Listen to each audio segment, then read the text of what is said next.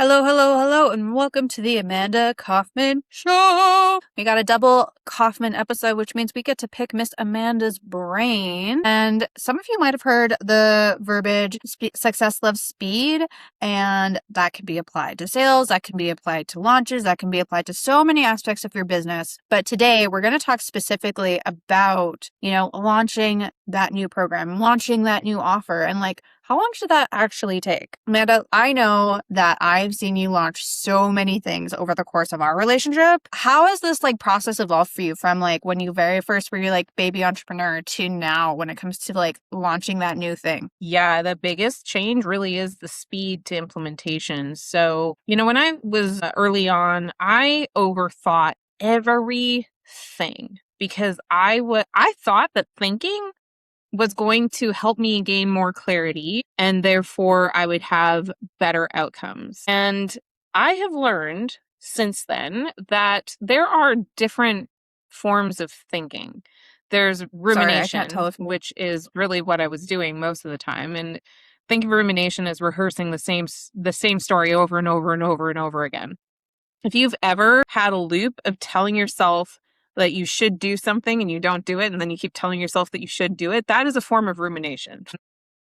Another form of thinking is to release. So I spent a lot of time releasing, and I was trying to do a lot of meditation and thinking about, just releasing. And I think there's something to be said for surrendering to the process and surrendering to the outcome of the day. But I spent way too much time surrendering. And then the third kind of thinking is an engagement of the thought. And so this is where you get extremely clear about a particular question. So the first part for me when it comes to actually thinking, and that's what I call it, actually thinking. When I'm actually thinking, the first part of it is to identify what is the question. What is the question that I need to answer right now at this time with this thinking time? And then the next part is, of course, answering the question. And sometimes when I'm answering the question, I need to do additional research. I need to pull data. I need to, there's more information that I may gather to help me finish up my calculations so I can finish thinking about it. And that practice I did not have in the early days, and it translated into my launches. I ended up becoming really dependent on marketing programs and business programs that would tell me what to do because I just wanted to know, what do I do? And so then I would run the play kind of like a recipe book, or like a recipe for cooking. And I would just go step 1, step 2, step 3, step 4, step 5. There's not an issue with starting there. I think that's actually the best way to learn, is to be able to get the play-by-play from someone who's done it before and just run the damn steps. Don't try to do what I was trying to do, which was make it be perfect, because it won't be perfect even if you perfectly execute it. So, quick question. How long should a launch take from initial idea, formation of what you think the offer will be, to actually putting it out there and proposing it to someone for the first time? What's your timeline for that exactly? 2 weeks. And we're going to learn exactly how to do that in 2 weeks right after this message. Welcome to one of my first ads for Clairvenu. Yep. It took me about 3.5 years to do my very first ad in my first company. So I figure if I waited 3 months for this company, I'm already doing a lot faster. But yeah, so why do an ad? Well, because we show you how to use systems, and all an ad, my friend, is a system for getting the word out. And if you're really curious about how you could use systems more effectively in your business, then we should get to know each other better. And you should come check out the Inner Circle, where we marry the coaching and the wisdom and the motivational stuff with actual brass tacks of systems to help you acquire clients and help you to not go crazy when you are a team of one or a few. All right, my friend, we'll get back to the episode. We'll see you soon. So weirdly in alignment, we are putting our ads out more quickly. We're doing our launches more quickly as we're growing as an entrepreneur. I imagine this is just a process that everything gets faster the more you do it. But I guess my question for you would be, when it comes to this 2-week, 3-week launch cycle, what are the major activities that you're doing inside of that time, and how are you getting it done so quickly? Yeah. And I want to be really clear about something too, because I know as soon as I said 2 weeks, people would be like, okay, right? Because obviously you're not gonna build a 7-figure business in like 2 weeks. You're gonna need more time. But what you don't need is you don't need that launch to take more time. What you need to do is you need to get your first test out. So 2 weeks. And the way I do it is first of all, clarity about where am I going to be in a year or 3 years. I like to build backwards. So what I mean by that is I have a target of what I want to have life be like in 3 years. And, I used to really hesitate to do that because I had made a lot of New Year's resolutions that never really worked out. But then I did spend more time in personal growth and development. So now I see the value of longer range planning. Here's the big value of it.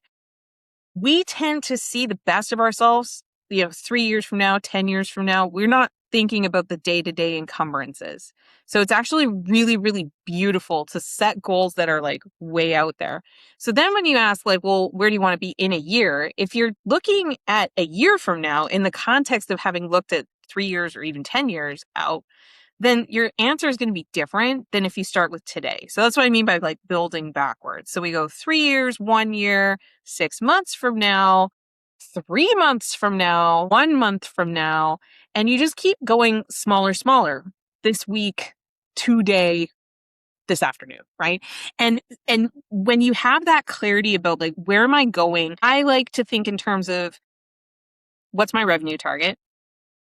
I like to set my profit target because building a business is a giant pain in the patootie. So I want to make sure that I pay my patootie tax and I end up with profit at the end of the day. There's so many businesses, and I did not realize this until I got much deeper into it, but there's a lot of businesses that are functioning, but they're not profitable. They might even have huge revenue numbers, but they're not profitable. And if you're building something that is going to last, it needs to have the financial elasticity to have the capital to deal with when there's big changes or disruptions, and you got to be able to finance your growth. So anyway, that was a little bit of a soapbox, but I mean, your business is a pain in the butt. You better get paid for it. So I design out the numbers, and then I also will design out like, what's my vision for, the stories people are going to tell about us? What are they going to say about this brand? What are they going to say is like this enduring thing? And then I'm pulling all of that future stuff into today. Right. And so when we're doing this 2-week launch, it's not to get to where you want to go in 3 years. It's to get the data in the next 2 weeks that's going to inform the next 2 weeks and the next 2 weeks and the next 2 weeks. So a lot of business owners, to be very honest, they do not have a good lead acquisition strategy that's reliable. They don't post consistently to social media. They don't run ads, and they are reliant on other people to bring them their leads. So if you don't have like a good, solid set of messaging that you can take to multiple different traffic sources and be able to like pull people that want to do business with people like you in, like already you're in a pretty terrible position for launching, and especially to be able to launch again and again and again. I think the other thing is that most small businesses have zero brand happening at all. Like they're not thinking about who do I want to be associated with? What do I want to be associated with? And so then they don't have any kind of strategies to position the brand alongside those associations. And I know for me, when I started, I was like, brand, bleh, I don't care. Not realizing that was actually part of my charm, right? And part of my brand is this association of being a rebel. And so I share all of that because this 2-week launch, literally, it's just, okay, I know where I'm going to go. Check. To get there is number of customers times number of purchases times lifetime of their relationship with you. So for example, if you're selling renewals on coaching, or if you're selling a membership and you've got a certain number of months that they're likely to stay with you, you get the lifetime value of that customer, right? And so you've got all that, but you're not going to get that on the first day. And you're not going to get that by avoiding the work.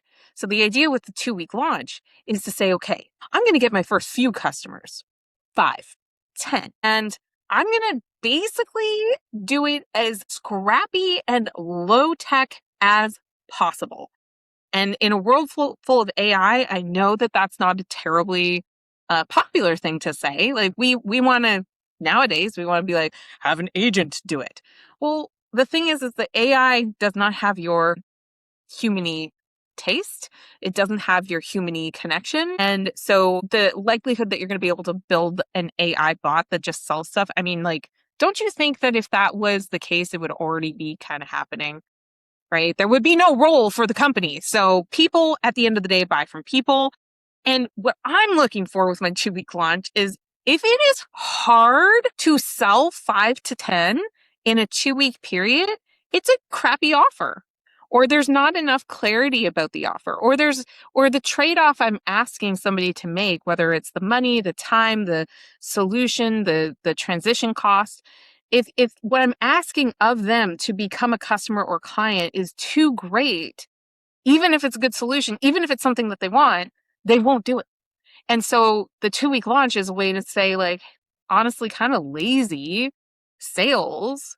But then once you can sell it lazily, imagine what will happen when you take the actual data of, yes, I've made sales, the confidence of, yes, I've sold this, the social proof of, I've experienced this and it's great. And you put all that together into a more systemized and robust solution. Now you can start to sell to strangers. So future launches might be longer than 2 weeks.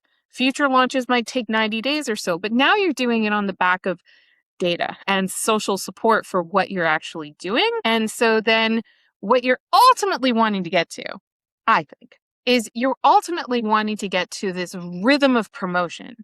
You look at the really big guys out there. Sadly, it is almost always guys. Women too. We're growing. We're doing pretty good. But when it comes to promotion in the online marketing space, the ones that have a rhythm, they have a proven set of messages. They have a proven set of assets that have converted over and over and over again. And they are running the play with slight, and I mean 5 to 10% modification. They do not do a brand new launch, or they don't do like a crazy pivot in messaging terribly often. Like, the only time I've ever seen people really do like a big overhaul is if they had like a big PR incident and they really had to. So our goal is to get the foundation in play and get the foundational data and get your playbook work small so that when you scale it up, you have like this annual rhythm that you can run. All right. And then we are going to get into how you might accidentally end up in this 3-month trap that should really only take 2 weeks right after this message.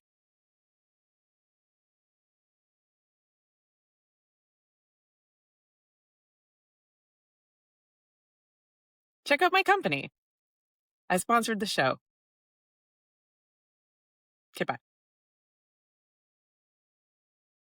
So it really sounds like what you're getting out of getting this launch done quickly is you're just getting that data back and that feedback loop going as quickly as possible. And knowing what data can do for your business, whether it's messaging, whether it's, getting process refinements fixed up. Yeah. So when you're really, the goal is just to get data in and get that feedback loop going, why do people always end up prolonging these launches into these like crazy long timelines in your experience? I think the number one reason is we don't know better. So the only reason why I knew that I could do it on a lot shorter of a timeline comes down to a couple of things. One is mentorship. I've really believed in mentorship, and I've been challenged by my mentors. Hurry up. Like, get into action. Don't stop thinking about the thing, do the thing. So that was massive. I think the other thing, just being completely brutally honest, is I've been really committed to my success as an entrepreneur, despite my success, meaning there have been peaks and valleys on this whole journey. And when my back has been against the wall, I've had to stop thinking about it. And I've had to figure it out. And I wasn't going to figure it out by just continuing to think about it or ruminating on the same questions over and over again. I would figure it out by actually doing the thing. So I think sometimes business owners, they're in different levels of necessity is the word I would use. And maybe they don't have the necessity because they aren't the primary breadwinner of their family, which is not throwing shade. I am simply saying that if you are the primary breadwinner, it does change your prioritization and your value system a little bit. And I also got payoff really early from doing it in 2 weeks. So, one of the arguments that I've heard some entrepreneurs share with me is like, oh, I'm always like so reactive. I'm so reactive. I want to have a longer timeline because they think there's some kind of a virtue in doing it slow. And they're confusing, I think, having the patience for the process of evaluating what did work and didn't work, and having the patience for perhaps enrolling in more learning and capability development, or even having the patience for being wrong. I think that like all of those things add up to, you know what, slower would be better, And I think it's also easier. Our mind, our cognitive horizon of 90 days from now, it's like your clarity of what you're going to be doing day to day drops off at 90 days. So I think one other reason that people put the goal right there at 90 days is because they think there's nothing that's going to interfere with their life in 90 days. And I mean, no, I'm serious. No, I'm like, and the thing is, we all do it, but like, also, have you human before? So much stuff happens and you have no notice. Let's be real. Yeah, it's so true. And there's also things that are happening that are surprising you that maybe shouldn't. It's like, so really, when it comes to these protracted timelines, it can actually come from a place of like having the resources and the luxury of being able to do that. Like you have the money in your bank account, you have the time to get it done, you have like the actual resources, which is a luxury to be able to do that. So I guess like a question you could ask yourself is like, how would I behave if I had to produce something in XYZ timeline that is much shorter? Like what if rent was due at the end of the month and I needed to come up with 10K? What would I do differently? Yeah, I agree. Like it's necessity, it's urgency. I also think there's this fallacy of thinking that because you've been good or okay up to this point that you will continue to have the same outcomes. If the disruption of AI has shown us anything, is that anything can happen, and this disruption, if you're on timelines that are really crazy long to get the valuable information about how are people reacting today, I mean, yeah, that's not really helping anybody. And I think another argument that people make is they have this "it'll be better in the future" fallacy going in their mind, like, oh, I'm magically going to have a much bigger audience, or I'm magically going to have much better skills, or and it's kind of this magical thinking. So, where my head is going is like, if I'm that person who has had this thing on their heart that they wanted to launch, whether it's your first product you're ever doing ever, whether it's just a different style of service that still serves your same person, like, what is my signal to activate that and to just do it and not let it continue to be an idea? Be so careful of keeping up with Joneses. I think one of the reasons that we make all these big overtures about long timelines and big projects and significant effort is because we want other people to recognize our work ethic. We want to get the praise for being the one that did the big thing. So we build up all this stuff. And like I think for me the big reality check was like I can put all this big effort, these big, huge moves into this thing and still be wrong. And I've had that material experience multiple times where I've had this great idea. I'd do all the things, I'd run the play, and it flopped.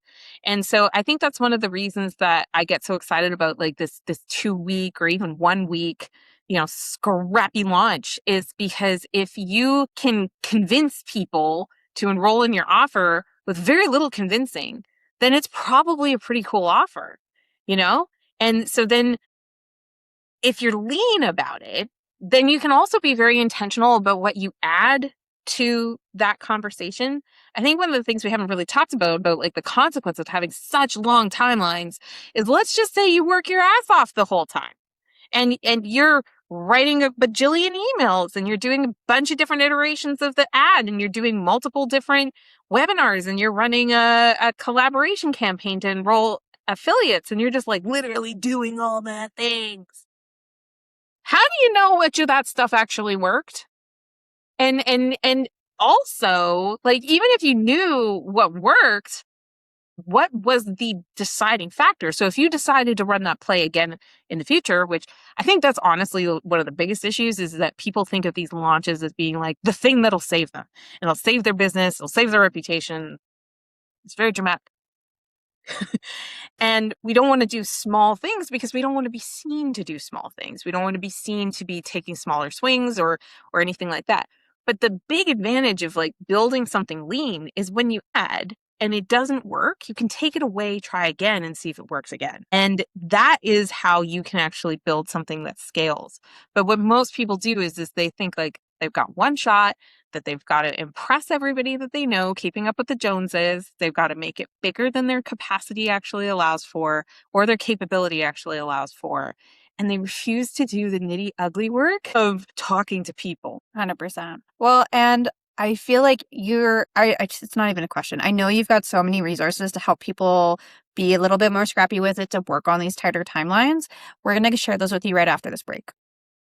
Hey, Amanda here, and I am looking for guests for this show.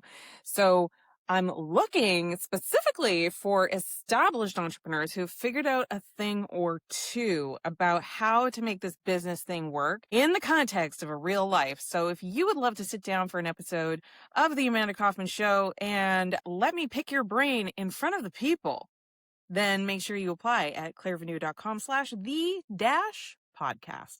Link is in the show notes. Let's get back to the show. It's like, okay, Amanda, fine. You've convinced me. I'm going to launch this thing. I'm going to do it. I'm going to do it this week. What do you got for me that's going to help me practically get this done? So practically, I want you to take out a piece of paper or a whiteboard, whatever makes you happy, close all the tabs and stop comparing yourself to everyone. And just, who would you like to help? And write down their first names. Write down their first names on the whiteboard. Who would you love to see say yes to your thing? And reach out to those people and say, hey, I'm starting something new. I'd love to tell you about it and pick your brain and see what you think. Are you available for a quick chat? Like literally all like that.